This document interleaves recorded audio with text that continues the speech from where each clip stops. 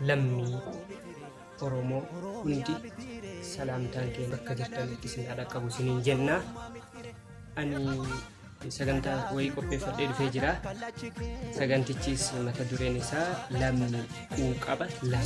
quuqama lammii jedha. Quuqama lammii keessatti waan guddaa na gammachiise wayiitu jira. Obbo Kaaffayaaloon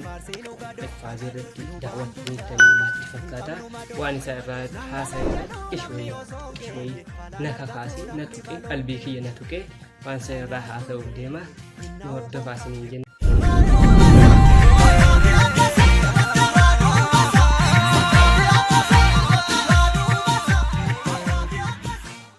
Anas ta'ee warri Oromoodhaaf qabsaa'u of mul'isuuf oo qabsaa'e intention isaa wrongidha jechuudha. Si galeemi namni karaa garaagaraatiin qabsaa'a visionin kee garuu destiniin kee ga'umsi kee maal ta'uu qaba? Bilisummaa Oromootiin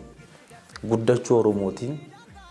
gaafii Oromoo deebisuudha. Kana miti yaaddee ka hojjettu malee of mul'isuudhaaf karaa baay'eetiin baruuf mul'isuu dandeessa. Waan guddaa haasanii waan lammiirra waan guddaa haasaa waan Oromoo waan saba guddaa haasanii isaan galatoonfannaa asumarraan roodatu bee isaan galateeffata gama sagantaa hiyyaatti yoo achi darbu dhugaa jedhanii isaan bakka Amaara Oromiyaan dhugaadha daangaasii cufasuu qabdi Amaaraamti gubbaan Amaara taane keessaa Oromoo ta'u waan akka nun fayyadu gubbaanis Oromoo keessaanis Oromoo ufiin jenna nuti namni keessaan Oromoo taatee gubbaan Amaara taatu of eeggadhu of deebisi of qulqulleessi yeroon keenya itti haa fayyadamnu yeroo qabnu keessatti yeroon xiqqoodha ta arganne kanatti haa fayyadamnu bakka jirtanii ka'aatii Oromummaa keessatti waan lixatti hojjetamaa waan kaabatti hojjetamaa Oromoon tokko ati kaabaa waan kibbaa beekuu qabda ati ka dhiyaas waan bahaa beekuu qabda kuni dhaamsa lammiiti jabaadhaa isiniin jenna wanni maqaa nu dhooban sun akka nurraa ka'uudhaaf haa falmannu gamtaadhaan maqaa abbaa kennan kan nu baasanii waamamna Oromoon Oromoodha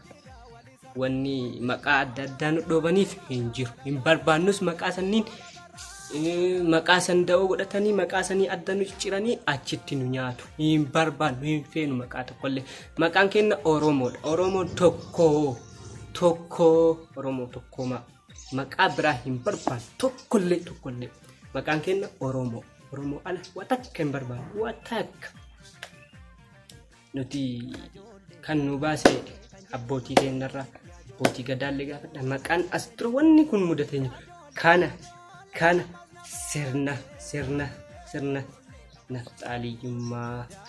sirna badaa sirna abbootii keenyaa fi haadholii keenya harmaa fi harka irraa cinaa tureetu nutti deebi'aara beekadhaa yaalammii beekadhaa sirna kana akka ofitti deebise akka maqaa isaanii dhoobanii jala hin deemne warri unshururuu jedhaa jala deemtan uf deebisaa yeroo muraasa arganneerra jabaadhaa yaalammii sagantaa kana nu jajjabeessaa babal'isnee namoota gurguddaa irratti fiduu dandeenya nullee isin hunduu irra hirmaatu dandeessanii quuqama lammii namni hunduu irra hirmaatu danda'a koottaa irra hirmaadhaa affeeraa kenna kabajaaf jaalalaa isin gaafanna nagaatti